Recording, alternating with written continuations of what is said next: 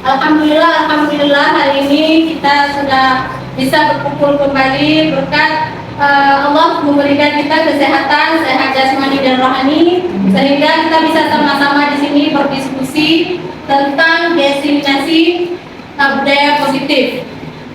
Saya Susi Herda, CGP Angkatan 9 Aceh Besar, mengajar di SMPS Islam Al-Falak.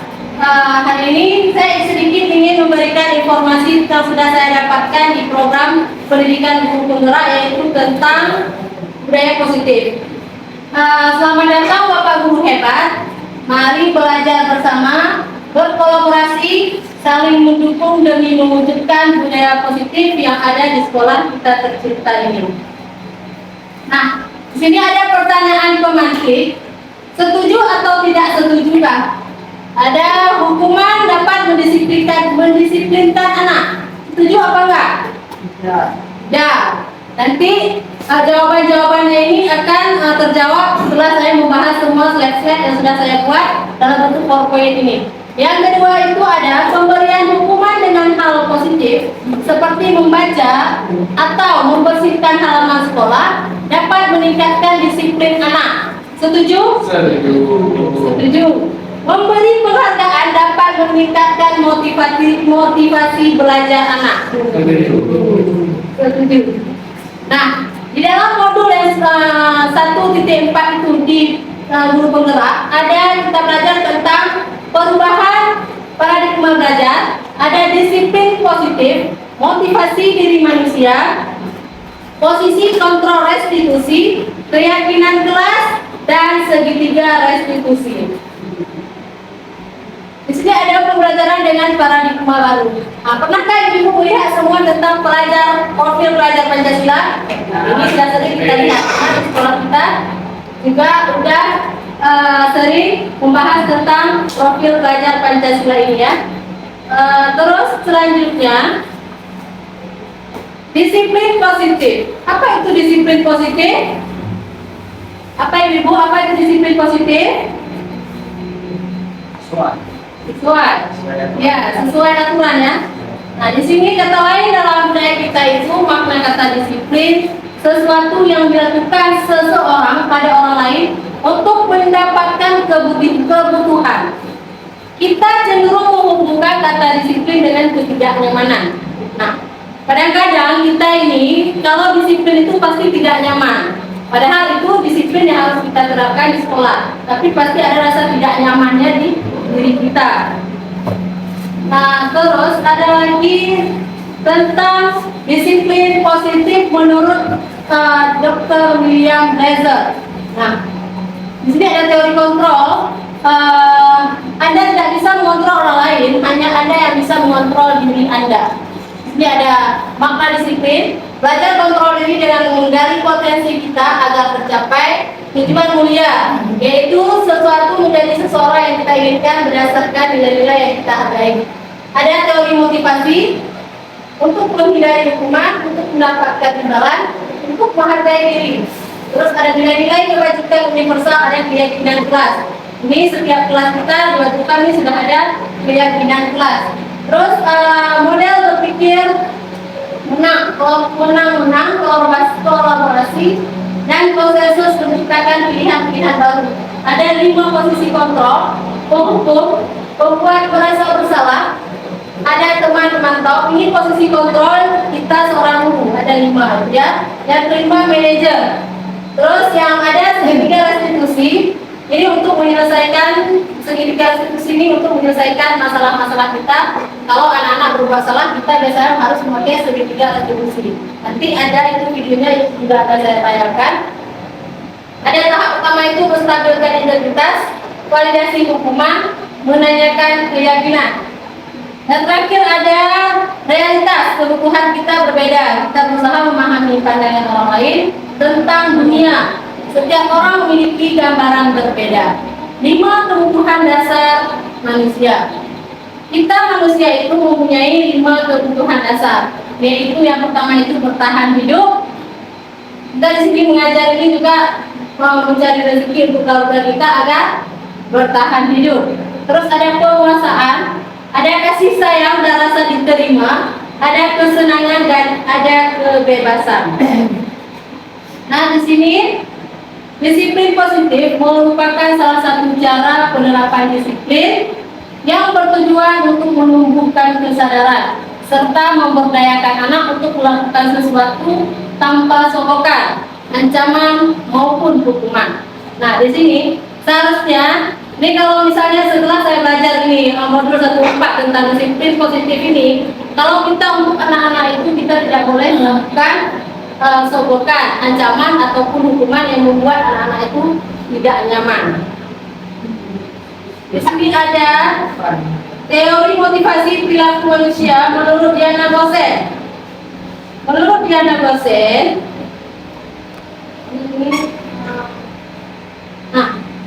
untuk menghindari ketidaknyamanan, hukuman itu termasuk dalam motivasi eksternal. Untuk mendapatkan imbalan dari orang lain atau institusi itu merupakan motivasi eksternal.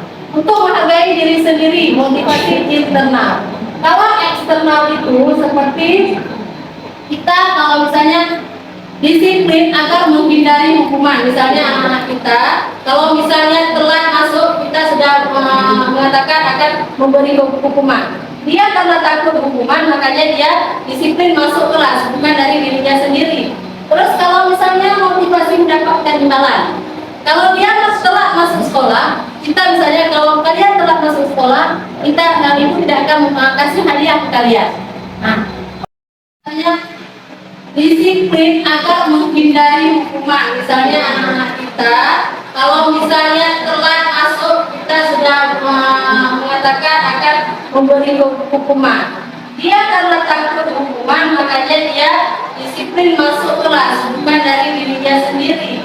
Terus kalau misalnya motivasi mendapatkan imbalan, kalau dia telat masuk sekolah, kita misalnya kalau kalian telat masuk sekolah, kita itu tidak akan kasih hadiah ke kalian.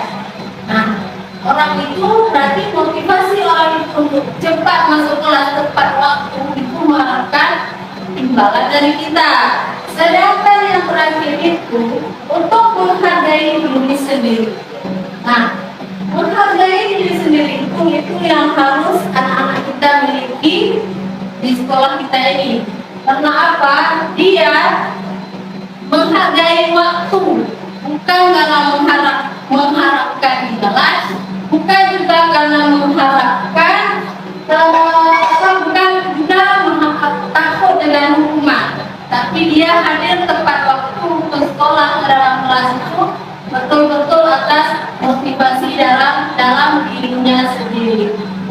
Nah, semoga anak-anak kita di sini memiliki motivasi disiplin positif untuk dirinya sendiri.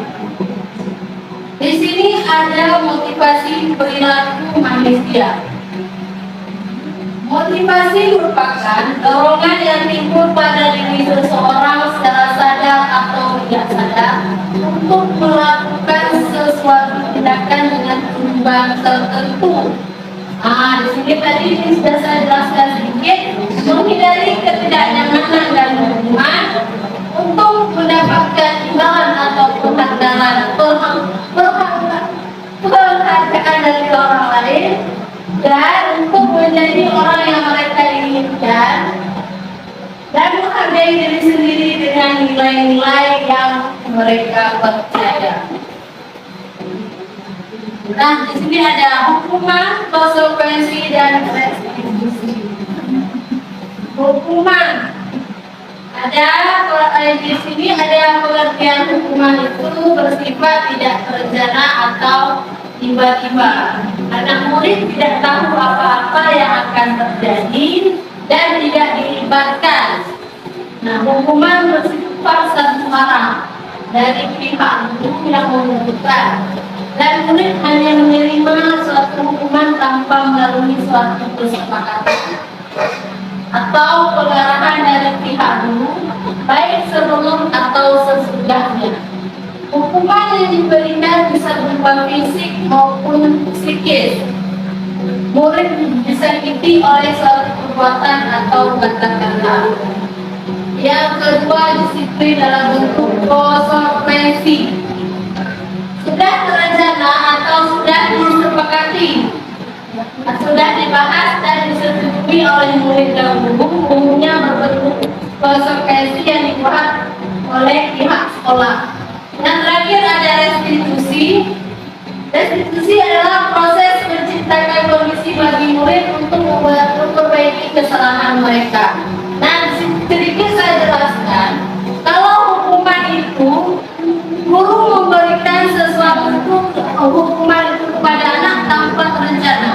Misalnya, anak-anak tidak membuat PR. Nah, tiba-tiba guru itu langsung, siapa yang tidak buat soal? Misalnya, Shoki, kamu tak buat soal. Kamu keluar, berdiri di depan pintu, tak boleh masuk kelas saya. Nah, itu hukuman secara tiba-tiba. Si anak tidak tahu. Kalau misalnya dia ada buat PR, dia akan disuruh berdiri di depan pintu. Kalau disiplin dalam bentuk konsekuensi, sebelum dia kita kasih tugas atau PR itu, kita bilang dulu ya, kalau misalnya kalau masuk tidak membuat PR, nanti akan dihukum berdiri di pintu. Nah, jadi si anak sudah tahu konsekuensi apa jika dia tidak membuat PR yang kita berikan.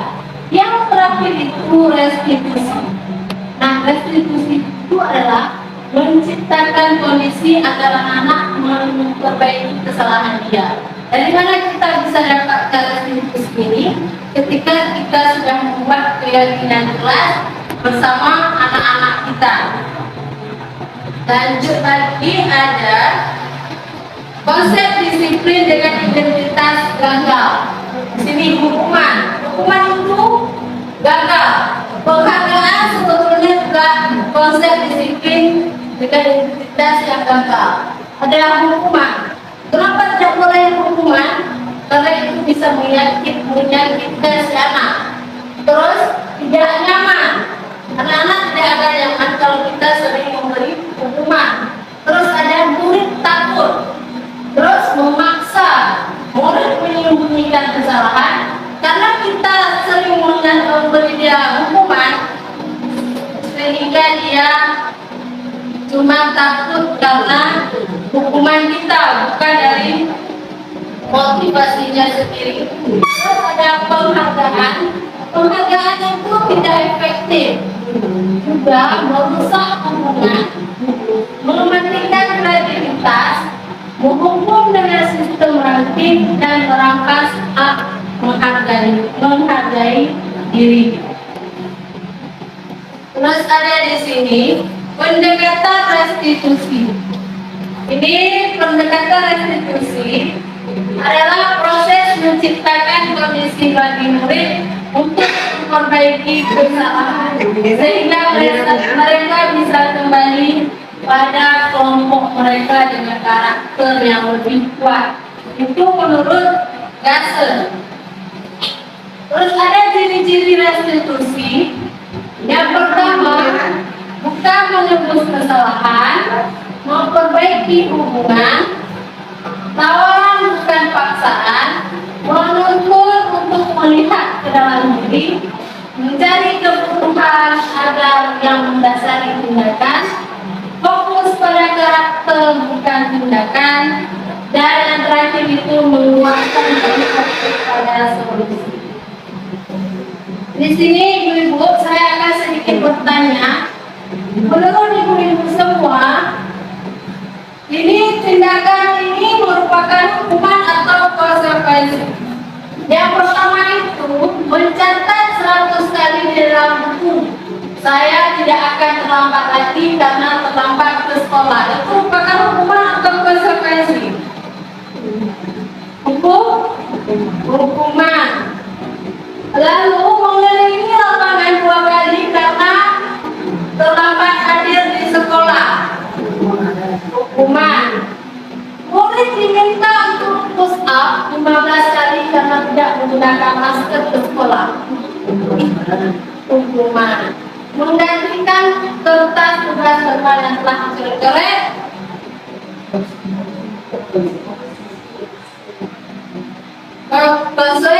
Nanti kita akan lihat jawabannya di bawah ya.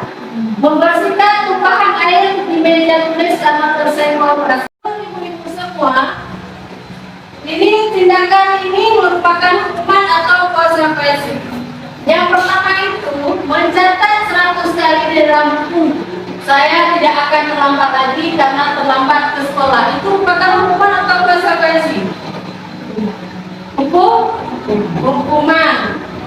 Lalu mengelilingi lapangan 2 kali karena terlambat hadir di sekolah. Hukuman. Murid diminta untuk push up 15 kali karena tidak menggunakan masker ke sekolah. Hukuman.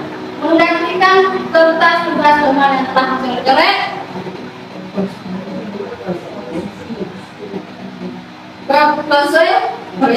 Nanti kita akan lihat jawabannya di bawah ya. Membersihkan tumpahan air di meja tulis karena tersenggol beras belajar. Terus yang selanjutnya itu konsekuensi juga, kita kunci jawabannya.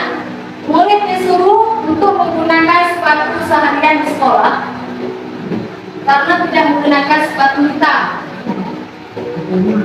Hukuman. Lagi mengelilingi lapangan basket 2 kali karena terlambat 10 menit untuk pelajaran PJOK. Nah, kita lihat jawabannya Ibu. Apakah betul yang tadi Ibu jawab? Betul?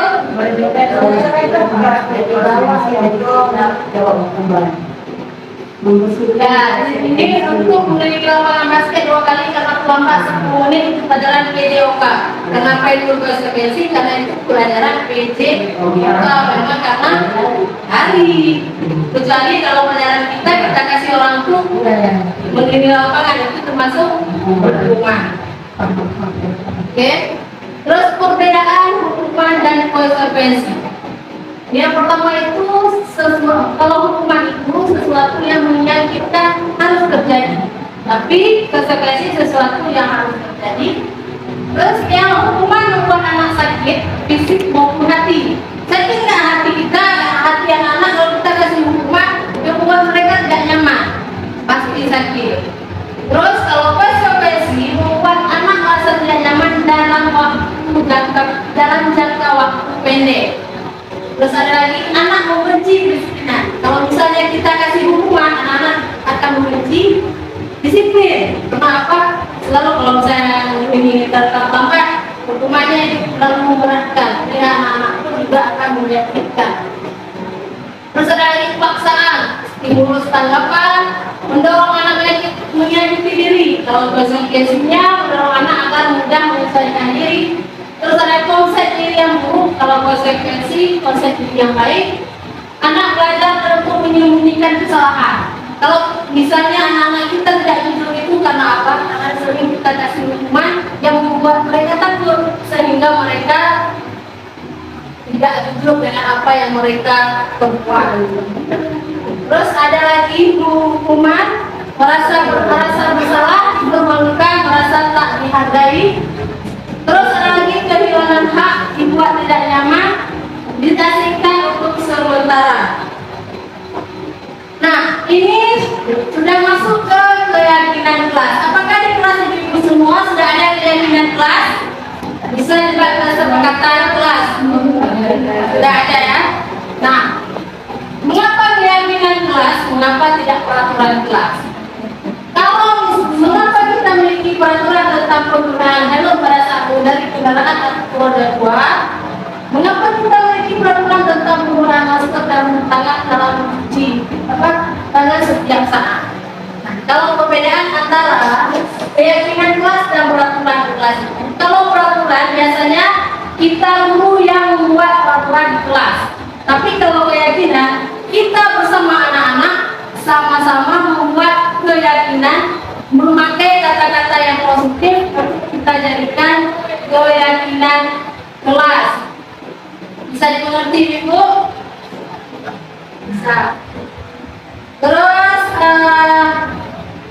nah Berikut ini akan disampaikan suatu program disiplin positif yang berpusat pada murid yang dikembangkan oleh Diana dengan pendekatan restitusi yang disebut dengan 5 posisi kontrol. Nah, Ibu, di sini saya akan sedikit memberi video tentang posisi kontrol.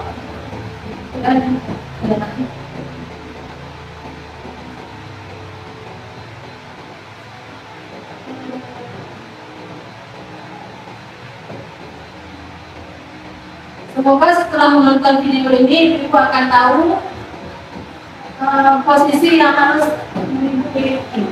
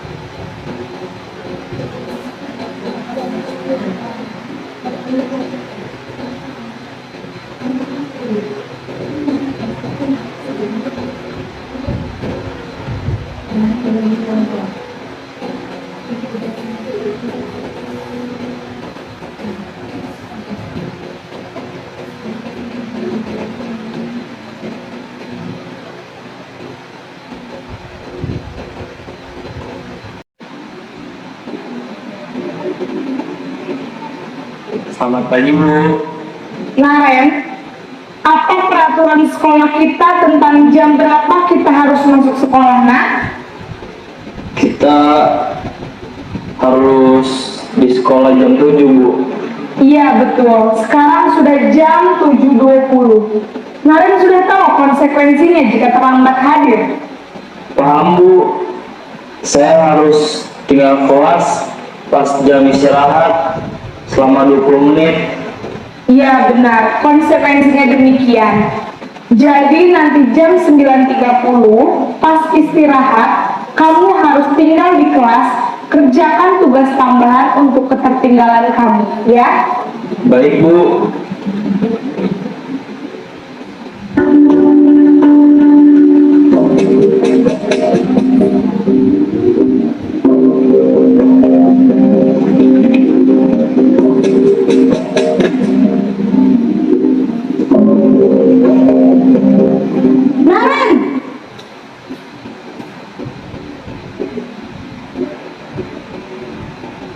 Selamat pagi, Bu. Selamat pagi, Naren. Maaf, Bu. Saya terlambat. Iya, sekolah masuknya jam 7, sekarang sudah jam 7.20. Jadi sekarang bagaimana ini, Naren? Maaf, Bu. Saya lupa setel alarm saya semalam. Baiklah, menurut kamu, keyakinan sekolah yang mana yang perlu kamu tingkatkan? Menghargai diri sendiri dan orang lain mungkin, ya, Bu. Setuju. Jadi, apakah Naren meyakini prinsip saling menghormati tersebut? Iya, Bu. Saya meyakininya. Apakah Naren bersedia memperbaiki masalah keterlambatan ini? Bersedia, Bu. Bagaimana kamu akan memperbaiki masalah keterlambatan ini? Saya akan coba untuk tidak lupa menyetel alarm saya, Bu. Baik, kalau Naren lupa menyetel alarm di rumah, ada orang yang kira-kira bisa bantu mengingatkan tidak? Ada, Bu. Kakak saya, Kak Emma. Ada lagi selain Kak Emma? Selain Kak Emma, ada ibu saya. Baik, jadi yang mengingatkan Naren adalah Kak Emma dan ibu kamu ya? Kira-kira akan mulai set alarm kapan nih Naren? Setelah pulang sekolah, akan segera saya lakukan. Baik, jadi Naren akan setel alarm untuk bangun besok pagi dan akan diingatkan oleh kakak dan ibunda Naren ya. Ada lagi yang mungkin perlu dilakukan Naren agar tidak terlambat bangun lagi? Tidak ada, Bu. Baik Naren, terima kasih untuk kerjasama kamu. Sekarang kamu perlu kembali ke kelas untuk belajar. Baik, Bu. Terima kasih.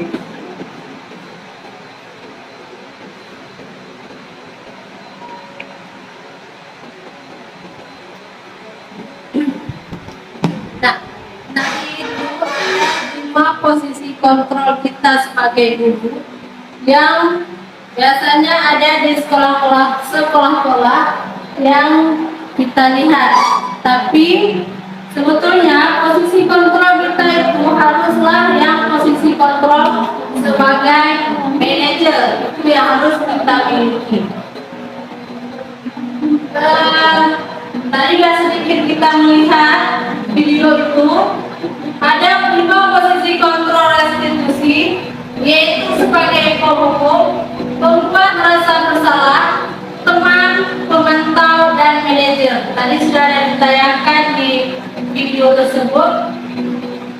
Nah, sekarang kita contoh 5 penerapan posisi kontrol kasus siswa datang terlambat. Nah, kalau kita memakai sebagai penghukum, kalau kita hanya sebagai penghukum, kata-katanya itu kamu selalu terlambat, selalu terakhir datang. Nah, yang terakhir itu yang kedua itu pembuat merasa bersalah. Nah, kata-katanya di situ ada, kamu bagaimana ya? Kamu sudah janji dengan ibu tidak akan datang terlambat. Kenapa ya senang sekali mengecewakan ibu? Ibu benar-benar kecewa sekali. Nah, yang sebagai teman, ya sudah kali ini tidak apa-apa, sana dulu. Itu sebagai teman. Kalau sebagai pemantau, guru menanyakan peraturan apa, terus apa yang telah kamu lakukan, terus sanksi atau konsekuensinya apa. Nah, kalau manajer ini yang harus ada sama kita dulu, yaitu kita memperbaiki kesalahan si murid dengan menanyakan, apakah kamu mengetahui kesalahanmu? Terus bagaimana kamu akan memperbaiki masalah ini? Nah, ini yang harusnya kita miliki sebagai guru. Selanjutnya ada segitiga restitusi, ada menstabilkan identitas. Nanti di sini juga akan ada video yang akan saya tayangkan restitusi yang sudah saya buat. Menstabilkan identitas yang pertama yang dengan artinya itu segitiga bertujuan untuk mengubah identitas anak dan orang yang gagal karena melakukan kesalahan menjadi orang yang sukses. Anak yang melanggar peraturan karena sedang menjadi perhatian adalah anak yang sedang mengalami kegagalan. Berbuat salah itu tidak apa-apa. Ini kata-kata yang kita pakai kalau kita membuat segitiga restitusi. Yang pertama itu bisa kita memakai kata-kata Berbuat salah itu tidak apa-apa. Tidak ada manusia yang sempurna. Saya tidak pernah melakukan kesalahan seperti itu. Kita bisa menyelesaikan ini. Bapak Ibu tidak tertarik mencari siapa yang salah, tapi Bapak Ibu ingin mencari solusi dari permasalahan ini. Kamu pernah merasakan itu? Apakah kamu sudah mencari teman yang baik untuk dirimu sendiri? Itu kata-kata yang bisa kita pakai di segitiga diskusi. Terus ada validasi tindakan yang salah. Setiap tindakan kita dilakukan dengan suatu tujuan, yaitu memenuhi kebutuhan dasar. Kalau kita memahami kebutuhan dasar, apa yang mendasari sebuah tindakan, kita akan bisa menemukan cara-cara paling efektif untuk memenuhi kebutuhan tersebut. Kita di sini bisa memakai kata-katanya. Padahal kamu bisa melakukan yang lebih buruk dari ini ya. Kamu pasti punya alasan kenapa melakukan ini. Terus kamu patut bangga pada dirimu sendiri karena kamu telah melindungi sesuatu yang penting buatmu. Dan terakhir itu, kamu boleh mempertahankan sikap itu, tapi kamu harus lakukan yang lebih buruk dari ini ya. Kamu pasti punya alasan kenapa melakukan ini. Terus kamu patut bangga pada dirimu sendiri karena kamu telah melindungi sesuatu yang penting buatmu. Dan terakhir itu, kamu boleh mempertahankan sikap itu, tapi kamu harus menambahkan sikap yang baru. Nah, yang di sini ada segitiga restitusi menanyakan keyakinan. Ini di yang terakhir tentang segitiga restitusi. Teori kontrol mengatakan bahwa kita pada dasarnya termotivasi secara internal. Ketika cita-cita sukses telah tercapai, langkah 1 dan bintang ratu yang salah telah divalidasi. Langkah 2, maka anak akan siap untuk dihubungkan dengan nilai-nilai yang dia percaya dan bertindak menjadi orang yang dia inginkan. Pertanyaan-pertanyaan di bawah ini menghubungkan keyakinan anak dengan keyakinan kelas atau keluarga. Kita bisa memakai kata-kata apa yang kita percaya sebagai kelas atau keluarga. Apa nilai umum yang kita telah sepakati? Apa bayangan kita tentang kelas yang ideal? Terus yang terakhir, kamu mau jadi apa dan seperti apa? Segitiga restitusi ini bisa kita buat kalau kita sedang membuat keyakinan kelas. Karena anak-anak kita akan memperbaiki kesalahan kelas dengan melihat kembali keyakinan kelas yang telah mereka lihat. Ini segitiga restitusi yang sudah saya buat. Ada video proses restitusi.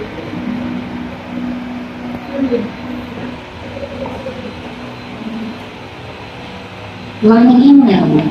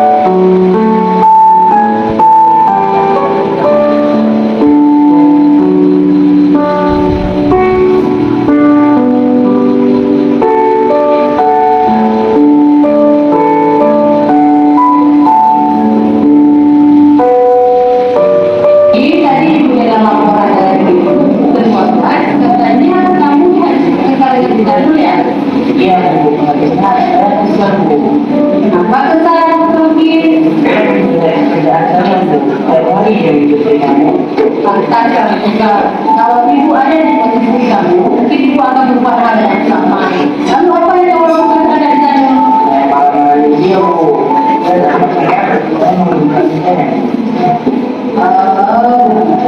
Pasti kamu berbuat itu ada alasannya ya. ada Bu, masa saya yang terjadi, saya sudah supaya dan dia yang saya kamu berusaha Bu. Iyalah, wajar lah kalau kamu marah karena tidak mau pekerjaanmu dicoba denganmu, itu sangat menghargai perkataan kamu, perbuatan kamu. Dan ibu juga menghargai kamu tidak berbuat buruk lebih dari itu. Apakah sudah sesuai dengan keyakinan kita kamu menjebak meja itu?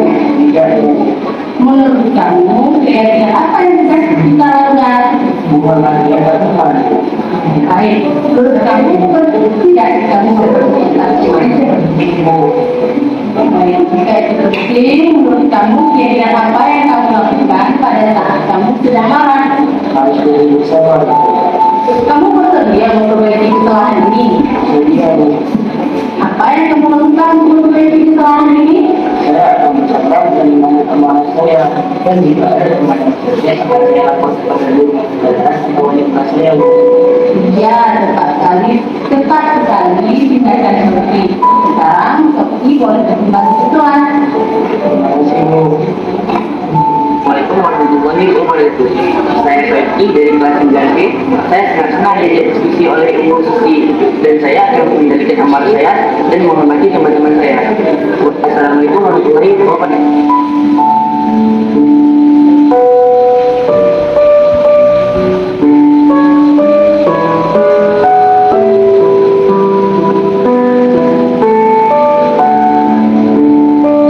Pak, tadi mendengar katanya kamu sering datang terlambat ya? Ya Bu, Menurut kamu, berapa kali kamu datang terlambat? yang lebih kali Bu. Itu suatu kesalahan bukan? Ya Bu, Baik, Pak. Membuat kesalahan adalah hal yang manusiawi. Setiap orang pasti ada salahnya. Yang terpenting kita bisa belajar dari kesalahan yang telah kita buat dan kita bisa memperbaikinya. Ipan, pertama ya, baik Bu.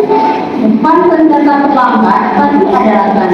Kenapa sih Ipan ternyata terlambat? Karena ini sedang bencana malam Bu, jadi kurang bisa Bu. Kamu supaya dengan keyakinan pelajar terbuat. Dengan Bu, Kalau terlambat, kamu kelas sesuailah dengan keyakinan pelajar terbuat. ya Bu, Keyakinan kelas apa yang sudah kamu langgar? begini Bu. Menurut kamu penting tidak ada diskusi untuk kamu? Nanti membuat saya tidak lambat untuk kelas dan waktu. Betul, menghargai waktu itu penting dan sangat bermanfaat bagi kita. Seperti kita dapat menghargai orang kita, kita tidak boleh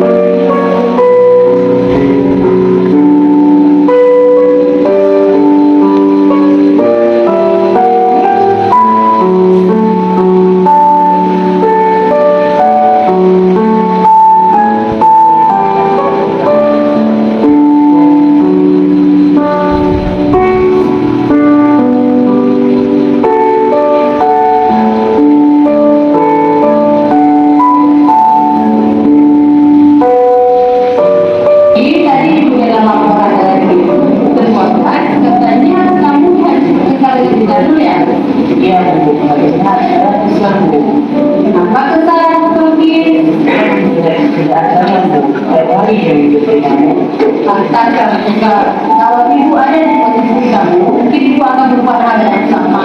Lalu apa yang kamu lakukan terhadap Daniel?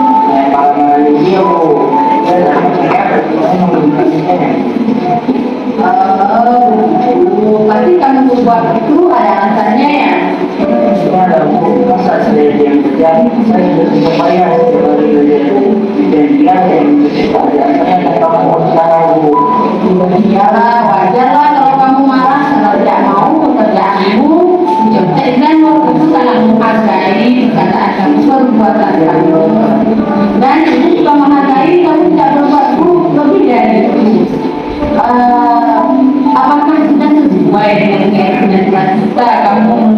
menjadi ibu? Menurut kamu, kira-kira apa yang bisa kita lakukan? Bukan lagi yang Tuhan. Baik, menurut kamu tidak kamu Baik, jika itu penting, menurut kamu kira-kira apa yang kamu lakukan pada saat kamu sedang marah? Harus berusaha. Kamu bersedia memperbaiki kesalahan ini? Apa yang kamu lakukan untuk memperbaiki kesalahan ini? Saya akan bersabar dan membantu teman saya, dan jika ada teman saya akan saya lapor kepada guru atau wanita saya. Ya, tepat sekali tindakan seperti sekarang. Sofi boleh berkembang Tuhan. Terima kasih, Bu. Assalamualaikum warahmatullahi wabarakatuh. Saya Sofi dari kelas 9B. Saya sangat senang diajak diskusi oleh Ibu Susi, dan saya akan mengendalikan amarah saya dan menghormati teman-teman saya.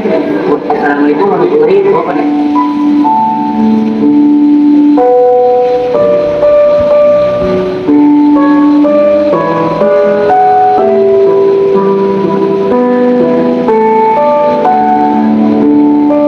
Pak, tadi mendengar katanya kamu sering datang terlambat ya? Ya, Bu. Menurut kamu, berapa kali kamu datang terlambat? Yang lebih pikiran, Bu. Itu suatu kesalahan bukan? Ya, Bu. Baik, Pak. Membuat kesalahan adalah hal yang manusiawi. Setiap orang pasti ada salah hidup.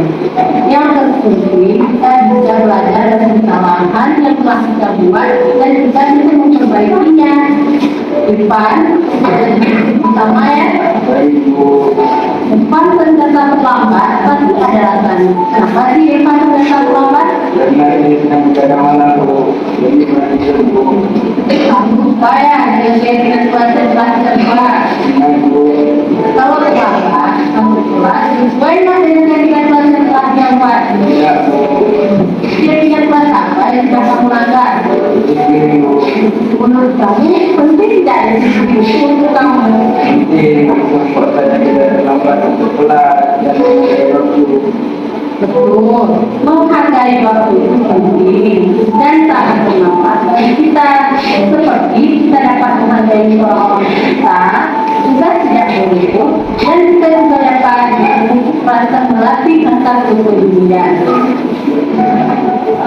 Firman, Ibu, saya mohon maaf karena ada yang terlambat dari Sultan.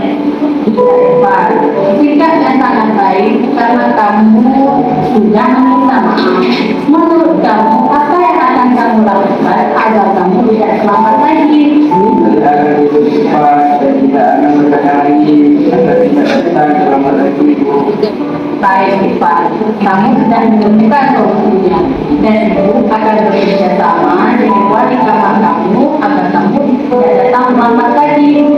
Dan semoga kamu bisa memperbaiki kesalahan-kesalahan yang dilakukan Pak. Sekarang silakan kembali ke kelas, Pak. Baik, Bu. Terima kasih, Bu. Assalamualaikum warahmatullahi wabarakatuh. Saya Irfan, kelas 9B.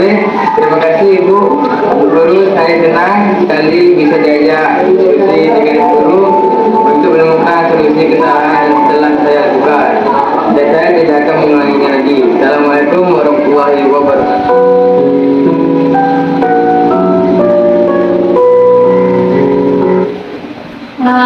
Itu sekian dari restitusi yang sudah saya buat bersama anak-anak kita di kelas 9B.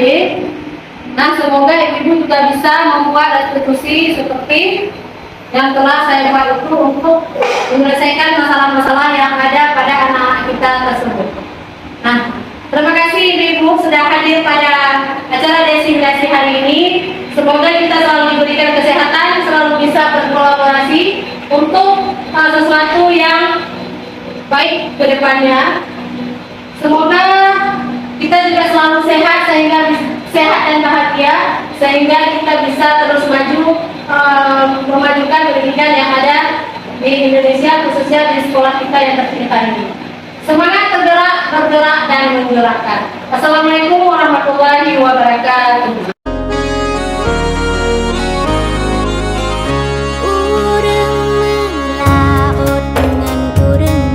Assalamualaikum warahmatullahi wabarakatuh.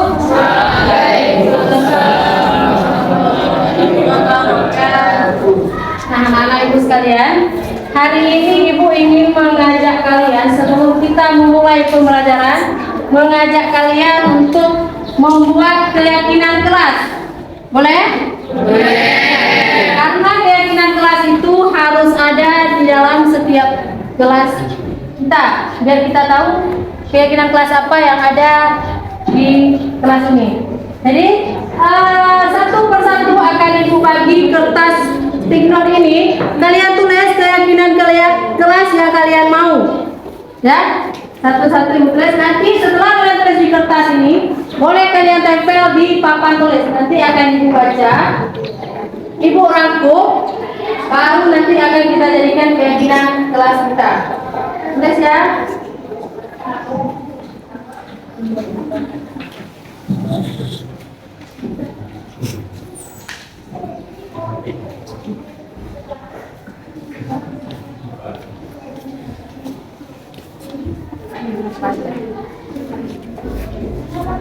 Boleh, silakan ditulis masing-masing keyakinan kelas yang kalian mau. Silakan ditulis keyakinan kelas yang kalian mau. Semua udah tahu itu apa pengertian keyakinan kelas? Apa yang maksud keyakinan kelas? Kalau dulu ada kata-kata peraturan, sekarang jadi kata-kata lebih positif, yaitu keyakinan kelas.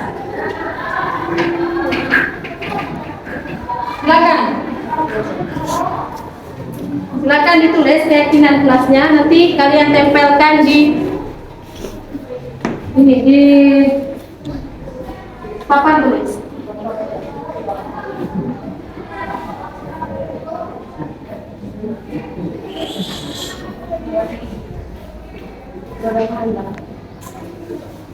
Ya, boleh satu orang satu aja keyakinan kelasnya. Sudah? Kalau sudah, tempelkan di papan tulis. Tulis saja.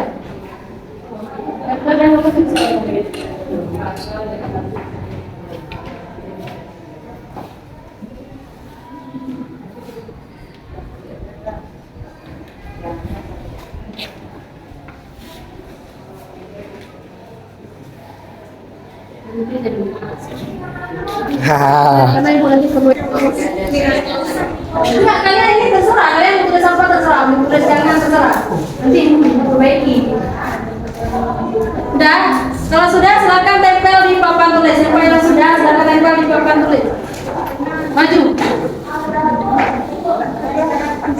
Nanti silakan tempel di papan tulis. Yang lain silakan. Satu-satu cepat.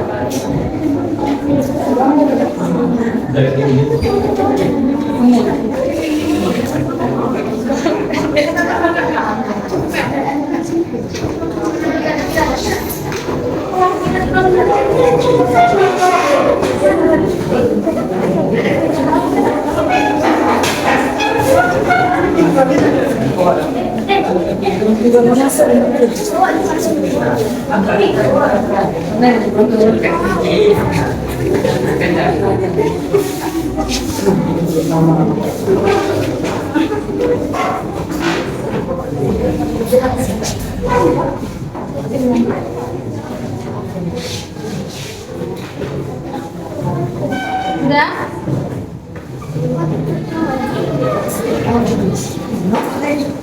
Ini Ibu satukan saja ya. Sengaja.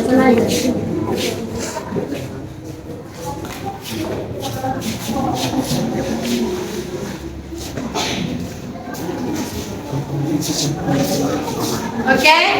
Nah, jadi ini kesepakatan kelas yang kalian mau akan Ibu rangkum menjadi kesepakatan kelas kita bersama. Di sini ada keyakinan kelas sama kesepakatan kelas itu sama ya.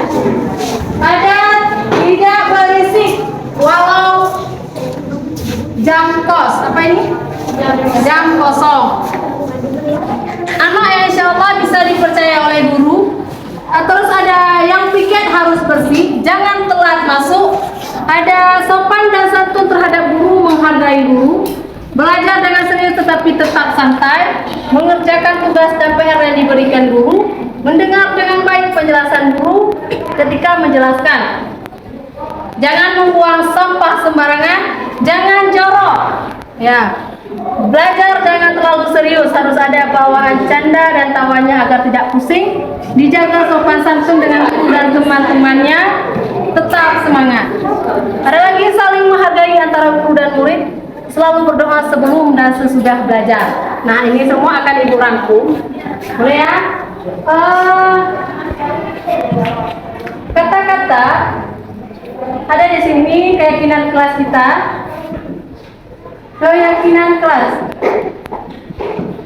Keyakinan kelas. Ada yang pertama itu menjaga kebersihan dan kerapian kelas. Boleh tidak kata-katanya seperti itu? Positif nggak? Mengandung kata-kata positif nggak? Menjaga kebersihan dan kerapian kelas. Positif? Positif. Itu boleh kita pakai. Menjaga kebersihan. Menjaga kebersihan. Ini aja kita buat karena sudah mencakup semua. Menjaga kebersihan. Kebersihan kelas. Mau sudut bangku kah, mau sudut sana kah, pokoknya satu kata. Keyakinan kelas. Ada yang pertama itu menjaga kebersihan dan kerapian kelas. Boleh tidak kata-katanya seperti itu? Positif nggak? Mengandung kata-kata positif nggak? Menjaga kebersihan dan kerapian kelas. Positif? Positif. Itu boleh kita pakai. Menjaga kebersihan. Menjaga kebersihan. Ini aja kita buat karena sudah mencakup semua. Menjaga kebersihan. Kebersihan kelas. Mau sudut bangku kah, mau sudut sana kah, pokoknya satu kata itu menjaga kebersihan. Ini seperti jangan jorok. Ini termasuk tidak menjaga. Jadi tidak ada lagi kata-kata jangan jorok ini. Kita sudah buat dalam satu kata menjaga kebersihan. Terus ada lagi mendengarkan penjelasan guru dengan seksama. Kemana masuknya itu?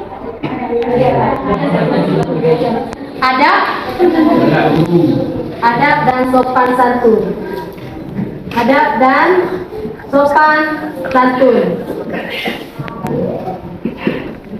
Menghargai guru yang masuk dan tidak boleh ribut dan buat, termasuk dalam adab dan sopan santun. Terus ada lagi anak yang insya Allah bisa dipercayai oleh guru. Apa? Termasuk dalam apa itu? Kejujuran. Kejujuran. Yang keempat, mulai lagi jangan bicara ketika guru menjelaskan. Adab dan sopan santun. Jangan membuang sampah sembarangan, termasuk dalam menjaga kebersihan. Jadi kita tidak banyak lagi memakai kata-kata jangan karena di sini sudah termasuk semua. Ada lagi ini ada membiasakan berlaku bersih dan menjaga kebersihan kelas. Sudah ada menjaga kebersihan. Belajar jangan terlalu serius, harus ada bawaan canda dan tawanya tidak pusing. Apa itu? Sersan, serius. Termasuk apa? Hah? Sersan, serius. Masuk dalam? Sersan, Serius dan santai. dan santai. Serius dan santai. Sersan. Kita santai, tapi kita serius. Nah, yang terakhir ada lagi ini harus kompak. Apa? Harus kompak itu apa? Kerja sama boleh. Kerja sama. Nah, ini adalah keyakinan kelas 3A. Jadi yang pertama itu ada menjaga. Boleh begini keyakinan kelasnya? Boleh. Ada menjaga kebersihan, adab dan sopan santun, kejujuran, serius dan santai, dan terakhir kerjasama. Jadi di sini juga termasuk semua tadi kerjasamanya. Berarti kalian harus kompak selalu dalam kelas. Satu lagi kalau boleh ibu tulis, menghargai teman. Apa di sini menghargai teman termasuk dalam apa? Apa? Menghargai teman itu tidak boleh. Yang pertama itu kemarin kita ikut seminar apa itu? Bullying. Jadi menghargai teman itu kita tidak boleh membuli teman. Terus tidak boleh menyontek. Jadi kita hargai teman kita yang sudah membuat tugas-tugas, jangan kita santai, jangan kita nyontek dia. Ya, ini menghargai teman juga termasuk dalam keyakinan kelas yang sudah kita buat. Nah, sampai di sini keyakinan kelas kita hari ini. Semoga keyakinan kelas ini bisa kita terapkan di dalam kelas kita tercinta ini. Tidak ada yang melanggar keyakinan yang sudah kita buat tersebut. Bisa ya? Bisa. Oke? Assalamualaikum warahmatullahi wabarakatuh.